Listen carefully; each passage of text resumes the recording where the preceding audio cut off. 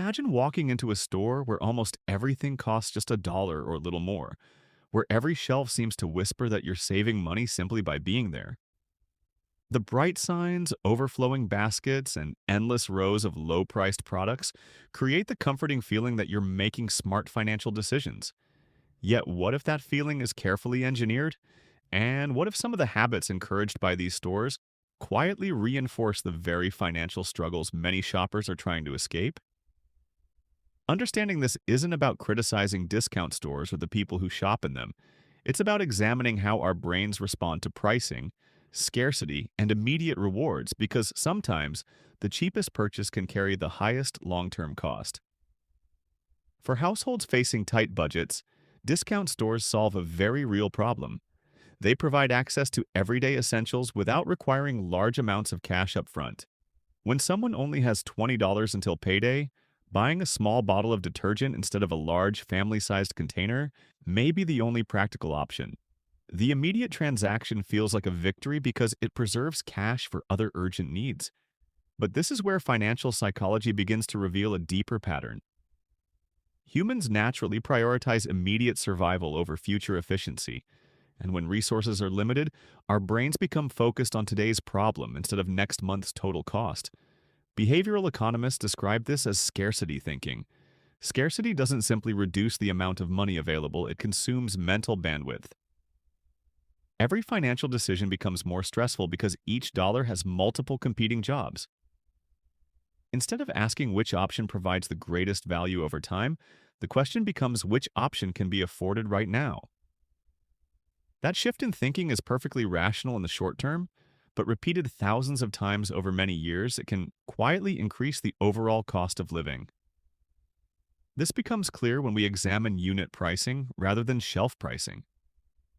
Imagine one bottle costs $1.25 but contains only enough for a few uses, while a larger version at another store costs $6 and lasts 5 times longer. The larger purchase requires more cash today but may cost significantly less per use. The smaller purchase protects today's budget while increasing tomorrow's expenses. The paradox is that people with the least financial flexibility often pay the highest price per unit simply because they cannot afford the larger purchase. This phenomenon has appeared throughout economic history. Researchers studying poverty have repeatedly found that limited access to upfront capital forces families into more expensive financial choices. Whether it's buying food in smaller packages, relying on payday loans, paying monthly fees instead of annual discounts, or replacing low-quality products more frequently, the pattern remains remarkably consistent. The issue is rarely poor decision-making.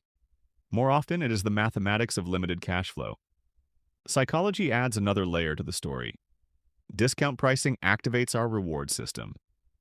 Seeing a low number creates a small emotional victory before we even evaluate whether the purchase is necessary. The brain interprets the bargain itself as value, even if the item wasn't originally needed. Over time, this can encourage more frequent shopping trips, more impulse purchases, and more money spent overall, despite each individual transaction appearing inexpensive.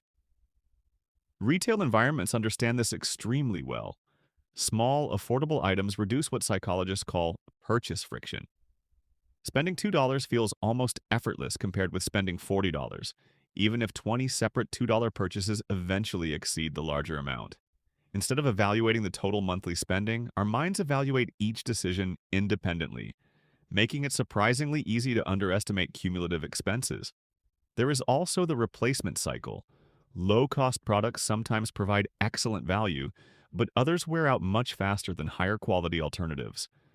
If an item must be replaced 3 or 4 times, the initial savings gradually disappear.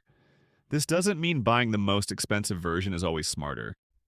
It means comparing the total cost over the product's useful life instead of focusing only on the price tag. The deeper lesson extends beyond discount stores themselves. The real trap isn't a particular retailer. It's a mindset where every financial decision becomes isolated from the bigger picture. When attention stays fixed on today's lowest price, it becomes difficult to notice patterns developing across months and years. Wealth often grows not because every purchase is cheap, but because spending consistently delivers the highest value over time. This is why many financially stable households don't automatically choose the cheapest option. Instead, they compare durability, frequency of replacement, maintenance costs, and long-term utility. They think in systems rather than transactions. That shift doesn't require being wealthy first. It begins by asking different questions before every purchase. Instead of asking, "Can I afford this today?" they also ask, "What will this decision cost me over the next year?" Of course, not everyone has the luxury of making those comparisons. Financial constraints are real, and sometimes the cheapest option truly is the only available option. Recognizing the psychology behind these decisions isn't about assigning blame. It's about understanding the invisible forces shaping financial behavior so that, as circumstances improve, old habits don't continue making expensive choices automatically. The most powerful financial changes often begin with awareness rather than income. Once people start measuring purchases by total value instead of immediate price, they begin noticing patterns that previously felt invisible.